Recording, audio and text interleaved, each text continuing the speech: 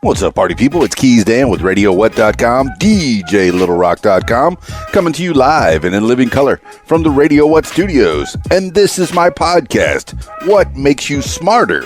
It's an extension of the RadioWhat.com internet radio station that I've been running for quite some time. And if you need DJ services, where do you go? DJLittleRock.com. Check availability and get a free price quote, and maybe you can have me at your next events. What makes you smarter? Now, if you want to tell your story on my other podcast, I encourage you to check out What Makes You Famous. Find it everywhere using the hashtag What Makes You Famous. Now, on with the show. Today on the program, use of sea turtles in West African traditional medicine.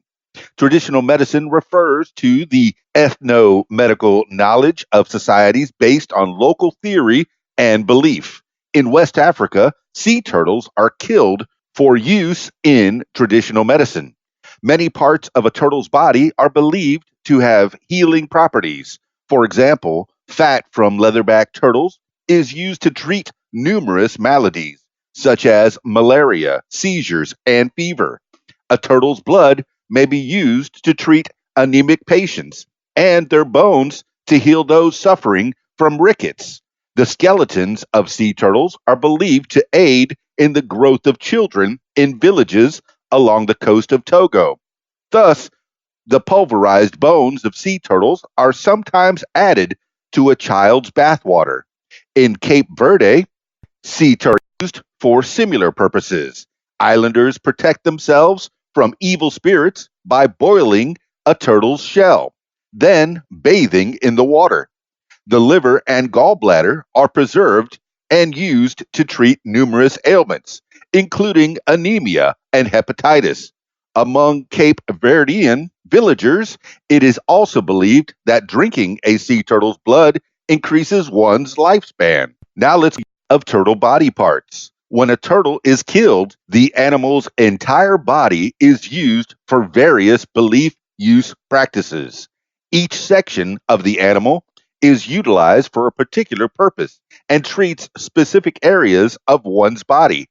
Uses also vary between communities. Skull and skeleton treats aches and pains, increases strength, growth, Cape Verde. Meat and eggs treats malaria, indigestion, Cape Verde and Benin. Genitalia, increased sexual performance and strength, Cape Verde. Carapace and plastron, salvation from evil and witchcraft, Cape Verde. Fat and oil treats fainting, liver problems, arthritis, and pain relief, Cape Verde and Togo and Benin. Turtle oil is also used to induce vomiting, Togo and Benin. Liver and gallbladder treats anemia and hepatitis, Cape Verde. Blood increases lifespan, treats anemia and asthma, Cape Verde. Rheumatism, Ghana. Now, the harvest of turtles. The legal framework for turtle protection in West African government is either underdeveloped or absent entirely, although many nations are beginning to address this. Thus, the harvesting of sea turtles is relatively rampant and unchecked, as laws considering turtle consumption are either absent or poorly enforced. Most fishing in West Africa is done from small watercraft rather than commercial vessels, making it increasingly difficult to enforce sea turtle conservation laws. However, all West African coastal nations are relatively recent signatories of international initiatives, such as the Convention on International Trade in Endangered Species of Wild Fauna and Flora, CITES, CITES, and the Convention on Biological Diversity, CBD, both of which seek to conserve sea turtle populations. Also, local initiatives are increasing in strength and number. One of the most prevalent of these is TAOLA, a sea turtle conservation network founded in Cape Verde in 2009. As egg-laying females must deposit their eggs on the beach and bury them in the sand, poachers often allow turtles to lay their eggs on the beach, then kill the turtles and harvest the eggs. These animals and their eggs are then sold on the black market in coastal West African communities for subsistence and use in traditional customs. The effect on turtle populations.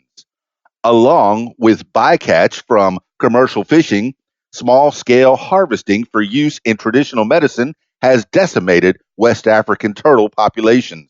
As the West African coast is home to some of the largest sea turtle populations in the world, it is one of the most ecologically important sites for sea turtle development. On Boa Vista Island in Cape Verde, poachers have harvested up to 90% of loggerhead turtle eggs in certain areas.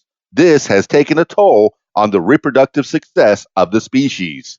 Remediation. A main proponent of sea turtle protection is the World Wildlife Fund, WWF, which works in conjunction with local governance to establish marine protected areas, MPAs. These are monitored to minimize the incursion of poachers and local harvesters for illegal killing and use of sea turtle eggs, meat, and other body parts.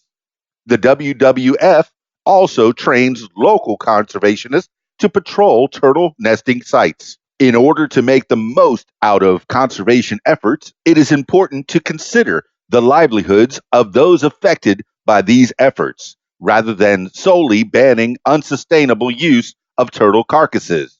Providing sustainable alternatives means of sustenance is paramount in minimizing turtle poaching activity. In Adafoa, a Ghanaian coastal fishing town and key sea turtle nesting site, the use of social taboos has helped to protect sea turtle species, such that they are far less likely to be eaten or killed for other purposes. These are self-enforcing among communities which adhere to them, as many believe killing a sea turtle will result in hardship, pain, or even death for the offender. However, these taboos are localized to certain areas, such that citizens of neighboring communities and cities may not believe in them. In areas that do not believe in such taboos, the Ghana Wildlife Division, GWD, has increased turtle protection law enforcement in an effort to decrease sea turtle kill rates. That's a little bit about the use of sea turtles in West African traditional medicine. If you want to learn more, I suggest you check out the local library. That's it for this edition of What Makes You Smarter.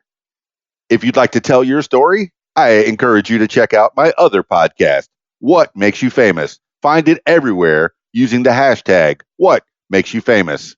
That's it for me. It's Keys Dan, RadioWhat.com, DJLittleRock.com. Peace. I'm out of here. If you like what you hear, I encourage you to follow What Makes You Smarter on social media. Find it on Facebook at What Makes You Smarter, Instagram at What Makes You Smarter, Twitter at SmarterWhat, and YouTube, username Keys Dan. Leave What Makes You Smarter podcast a review and subscribe.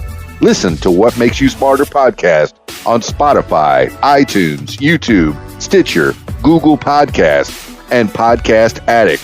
My personal favorite, learn with me on my podcast, What Makes You Smarter.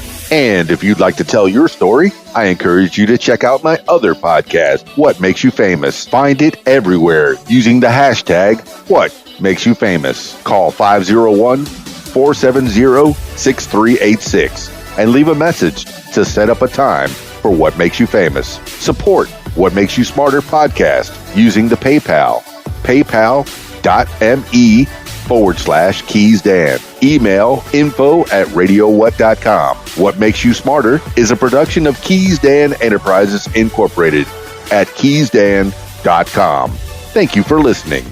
Thank you for listening.